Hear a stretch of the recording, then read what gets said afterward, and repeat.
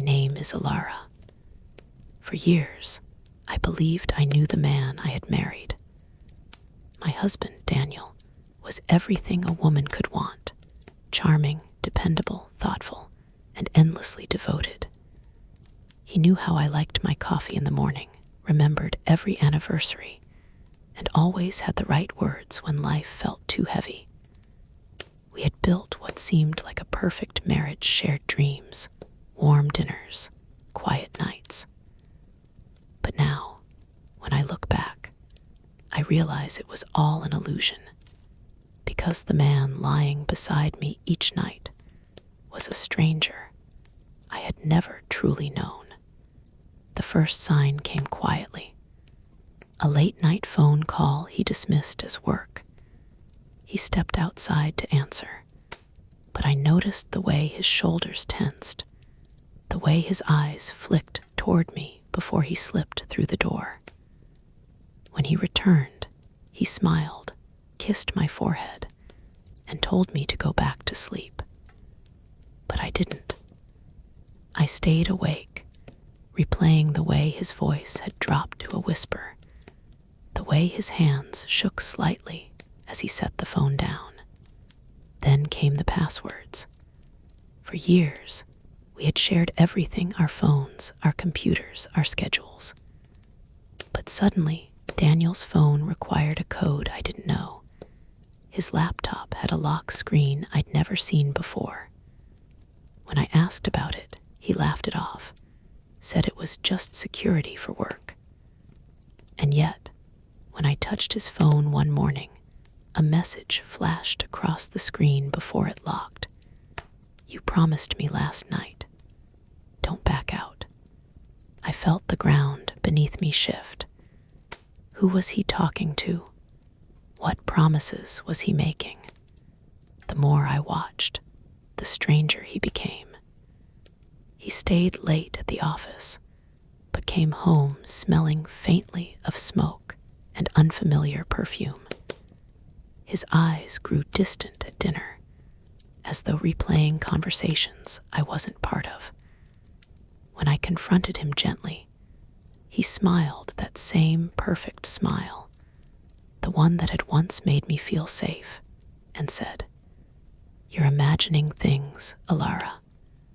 You know, I'd never lie to you, but I knew better." My suspicions turned into obsession. I began following him after work, trailing his car through winding streets until he parked in front of a nondescript house on the far side of town.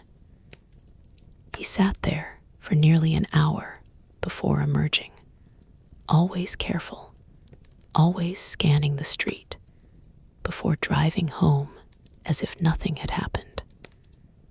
I never saw who he met inside. One night, I couldn't stop myself. I approached the house after he left, trembling, heart-pounding, desperate for answers. The windows were covered, the curtains thick, but the faint sound of children's laughter drifted through the walls. My breath caught. Children. We had no children. Who were they? I pressed my ear against the door. A woman's voice spoke softly inside, followed by Daniel's unmistakable laugh, echoing in my memory like a cruel trick. My world tilted. He had another life, a hidden one. The days that followed were torture. I confronted him again, demanded answers. He looked me in the eye with a tenderness that made me want to believe him, and said, "Alara, you're my only family. Whatever you think you heard, whatever you think you saw, it's not real." His words wrapped around me like chains, pulling me between doubt and certainty.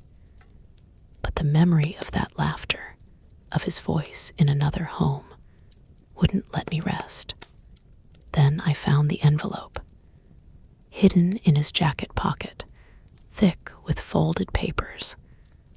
Birth certificates. 2 children. Neither bore my name. His name was listed as father. The betrayal burned through me. My husband, the man I thought I knew better than anyone else, had an entire family I never knew existed. A wife, children, a life parallel to mine.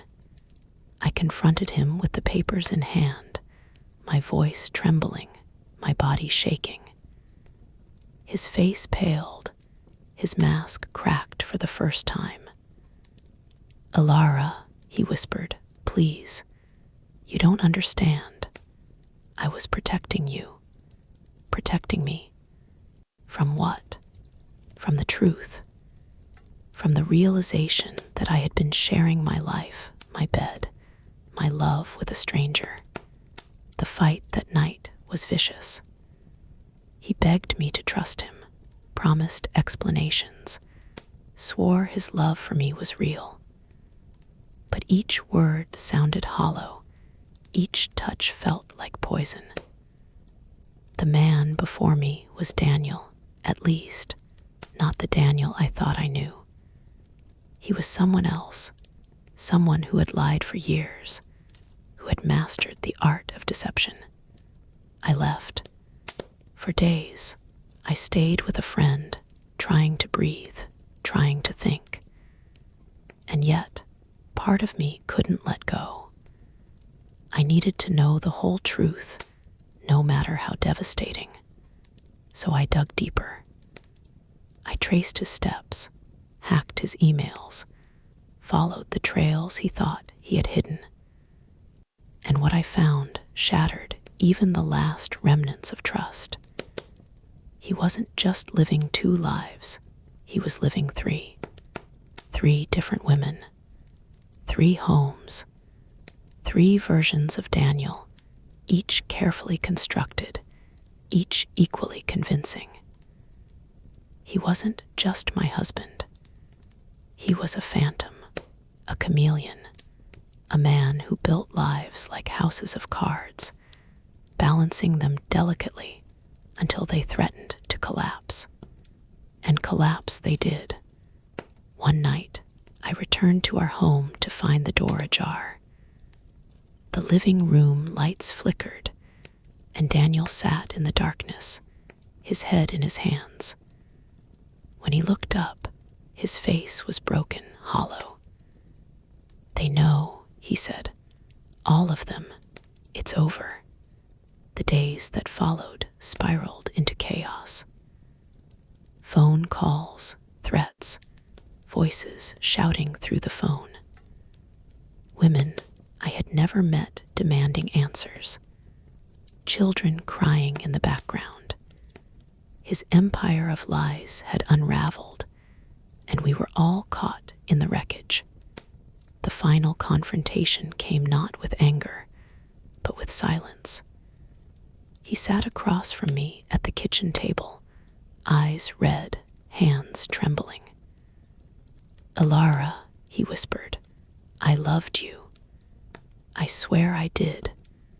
But I'm not the man you think I am. I never was." And he was right, because the truth is, I never knew my husband at all. The man I loved, the man I trusted, was nothing more than a stranger wearing Daniel's face. A stranger who had woven lies so carefully that even I, who slept beside him every night, could not see through them. Now, when I lie awake in the emptiness of our bedroom, I realize I was never married to Daniel. I was married to a ghost, to a man who existed only in fragments, in illusions.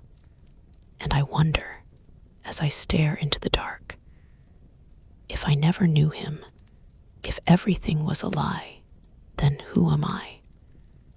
Who have I been, if half of my life was spent loving a man who never existed?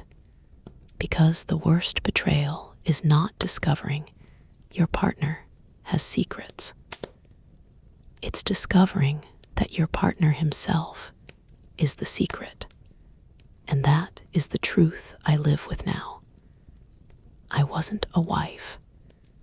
I was a character in his story, a chapter in a book he never intended to finish, a wife to a husband I never knew, a stranger in my own life.